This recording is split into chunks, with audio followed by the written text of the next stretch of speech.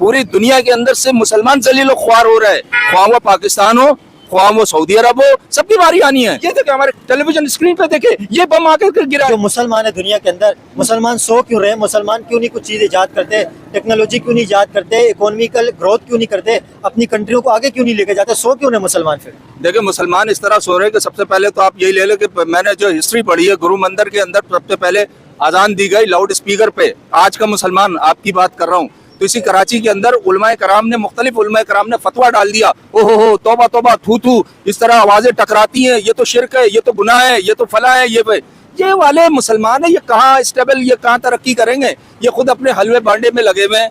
वो फला कोई कहता है ऐसे करके नमाज पढ़ो, कोई कहता है ऐसे करके नमाज पढ़ो, कोई कहता है ऐसे करके नमाज पढ़ो।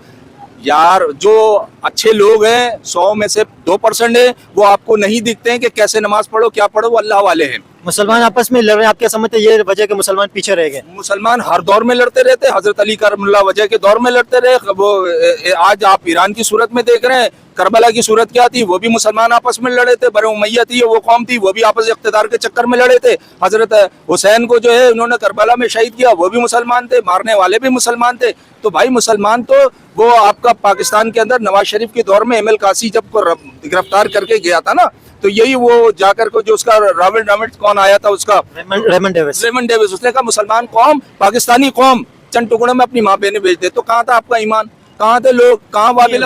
ये बात उस वक्त हुई थी जब एमएल कांसी को गिरफ्तार करके लेके गए थे अमेरिका के अंदर। तो अमेरिका की अदालत के अंदर एक जज को ये रिमार्क्स दिए थे, एक जो लॉयर था और जो अटॉर्नी जनरल जिसे कहा जाता है अमेरिका की तरफ से जो पेश हुआ, तो उसने ये बात कही थी कि पाकिस्तानी पैसों के लिए अपनी माँ को भी बेच लेते हैं। जज ने ये बात की थी कि आप किस तरह दूसरी कंट्री से एक बंदे को इस तरह उठा के कैसे लेके आ गए? ये मतलब देखने वाली बात है कि दूसरी कंट्री से आप किसी को नहीं लेके आ सकते।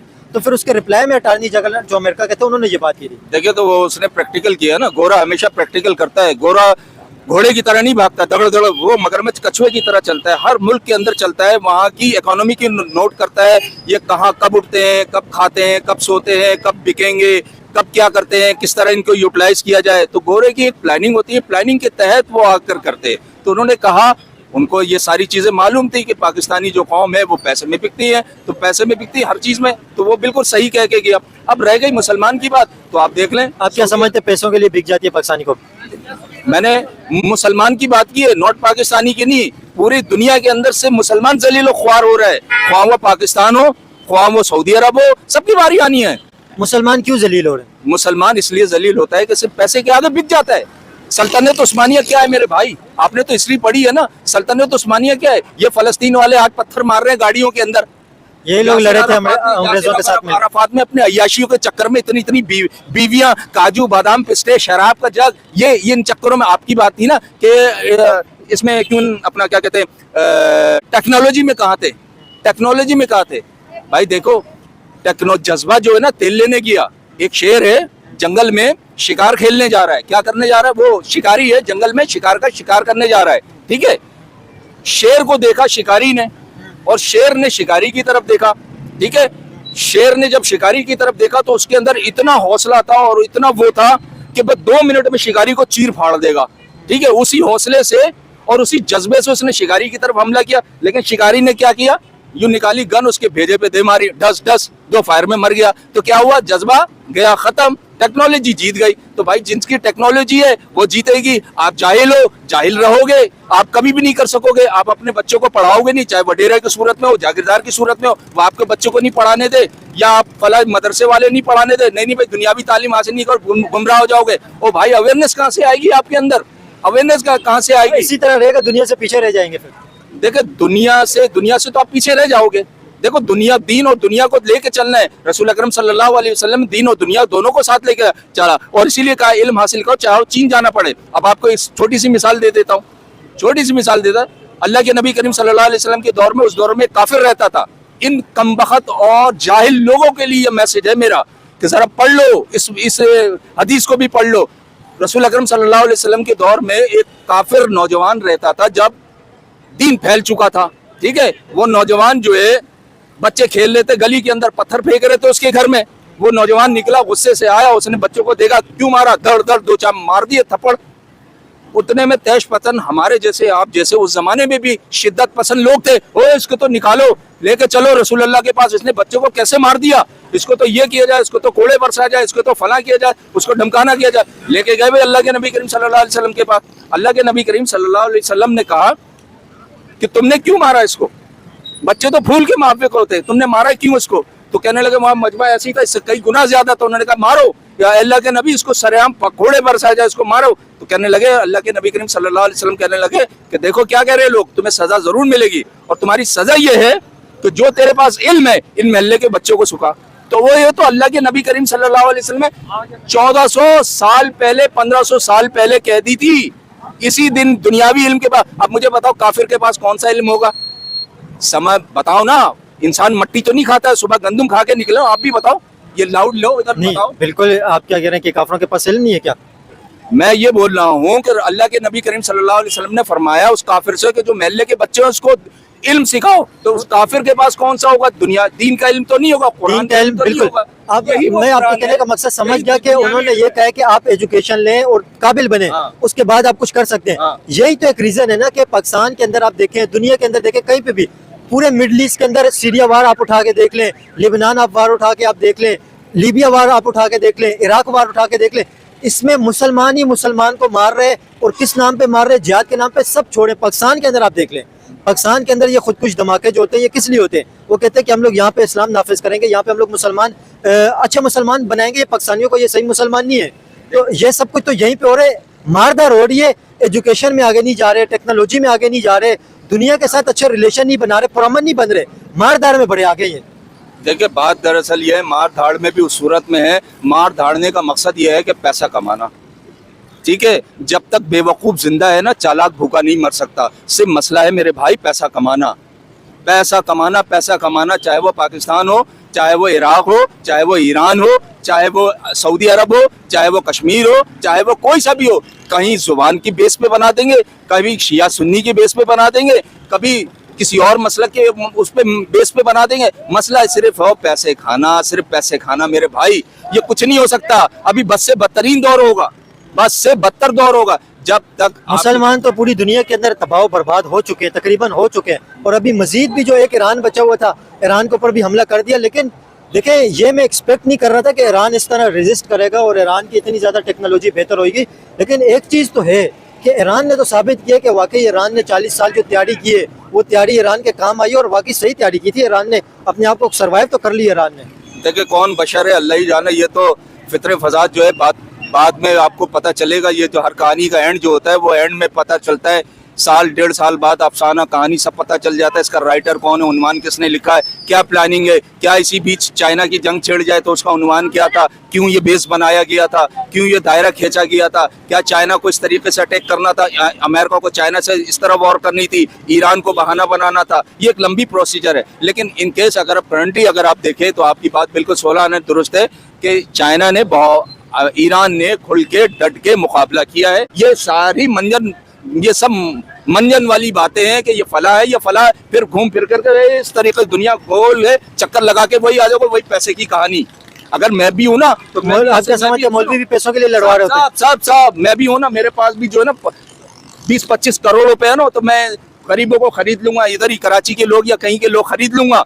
अब मैं कहूंगा कि भाई मेरे लिए काम करो, आप फिर लेके आओगे यार फला भाई के पास चलो, असद भाई तो बहुत अच्छे आदमी है यार, बहुत नमाजी परहेजगार आदमी है यार, ये लो तुम मदद पैसे देते हैं। ये पैसे भी देगा, जाओ बेटा तुम अपने लिए मदद करो, अपनी अम्मा को इलाज करा लो 20,000 25,000। इस तरह क्या होगा, पूरा एक झुंड बनेगा, झुंड बनेगा। फिर मैं एक नया मसलक बना दूंगा कि नमाज ऐसे पढ़ो, यहाँ रख के पढ़ो, ये है। और नया फिरका लॉन्च हो जाएगा। मेरे फॉलोवर जो कहेंगे हाँ बिल्कुल सही कर रहे हैं, ये इमाम साहब बिल्कुल सही कर रहे हैं, क्यों कि मेरा पैसा खूब जा रहा है उनको। और फिर उसके बाद क्या हुआ, मैं पॉपुलर होता गया, फिर मैं हुकूमत से ब्लैकमेलिंग शुरू कर दूंगा। अब मैं भी तो कमाऊंगा ना यार, मैंने इतने लगा दिया है, लोगों को मैं खर्च कर दिया है, अब मेरा एक ग्रुप बन गया है, मेरा वो बन गया है, मैं भी इख्तिदार में आना चाहूंगा, मैं भी नशे पे फराज लूंगा, तो मेरे पास भी जुर्मट है तकरीबन 50-60 लाख 70 लाख 80 लाख तो झंड आ गया। मैं भी जलसे जुलूस कर रहा हूँ, मुझे भी कवरेज दे रहे, मीडिया दे रहा, सोशल मीडिया आप भी दे रहे, वो भी दे रहा, सब दे रहा, पॉपुलर कर दिया, मुझे पहुंचा दिया। जो मेरा कैलकुलेशन थी, जो मैंने बिजनेस करना था कर लिया।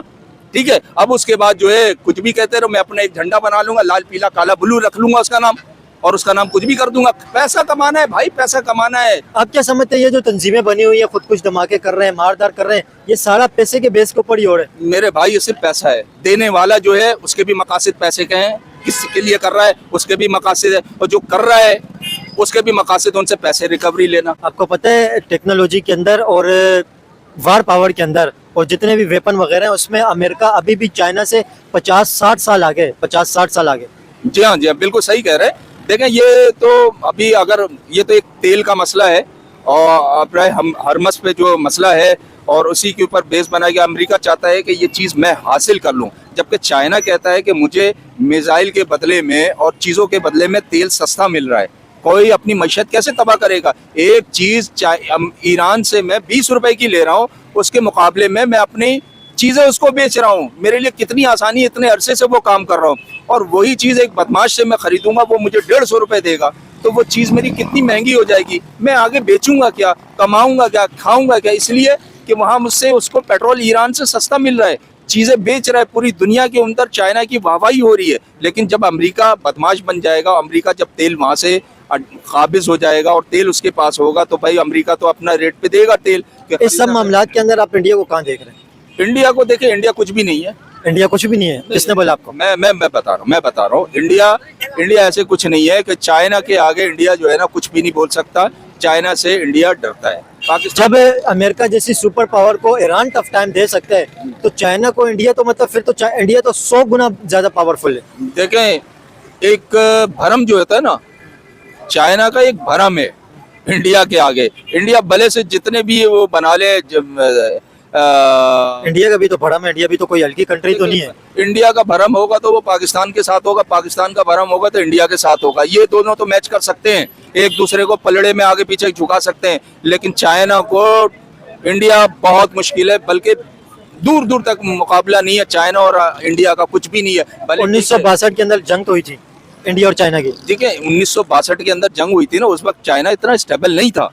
ठीक है, आबादी बहुत थी चाइना की, इनकी भी आबादी, दुनिया में सबसे ज्यादा आबादी जो है वो चाइना की है। ठीक है, अभी इंडिया की हो गई। अभी 1 करोड़ मेरे ख्याल तक 1 अरब 43 करोड़ है मेरे ख्याल तक। कितनी है, कितनी होगी? 1 अरब 40 करोड़ इंडिया की है और 1 अरब 35 करोड़ चाइना की है। चलें ठीक, थोड़ा ऊपर नीचे हो भी सकता है। चलें ठीक है, लेकिन ये है कि अमेरिका चाइना और इंडिया, ये चाइना बहुत आगे, हर चीज में आगे, बहुत चीज में, और इनकी फोर्स बहुत जबरदस्त फोर्स है। मैं कहता हूँ अगर दुनिया में अगर कोई फोर्स है हमारी फोर्स से आगे, तो वो चाइना की है। हमारी फोर्स से आगे पाकिस्तान, इंडिया भी बहुत अच्छी है। नहीं, इंडिया की फोर्स नहीं है, कुछ नहीं है भाई। पतलून है, हमारी पुलिस से आगे भी नहीं है उनकी फोर्स, कुछ पुलिस से भी आगे। सिर्फ पंजाब रेजिमेंट है उनका, सिर्फ उनका पंजाब रेजिमेंट है लड़ने वाला, और बिहार रेजिमेंट है लड़ने वाला, इसके अलावा नहीं है। इंडिया की गुजरात रेजिमेंट नहीं है, इंडिया का कोई रेजिमेंट नहीं है, सब फट्टू हैं। इंडिया के यूपी के अंदर देखें, दिल्ली के अंदर, मुंबई के अंदर, राजस्थान के अंदर, ये सब लड़ने वाले लोग हैं। सिर्फ 2 इंडिया का रेजिमेंट है। महाराष्ट्र के अंदर देखें, कोई नहीं है। तमिलनाडु को देखें, बंगाल के सरकार कोई भी नहीं है। आप देख लेना, आपने अभी करंटली सूरत हाल पाकिस्तान और इनकी जंग जो हुई है, जो आपस में थोड़ी सी नाइतफाकी हो गई थी, आपस में लड़ाई जो ऑपरेशन सिंदूर जिसका नाम रखा गया, तो आपने उसमें देख लिया।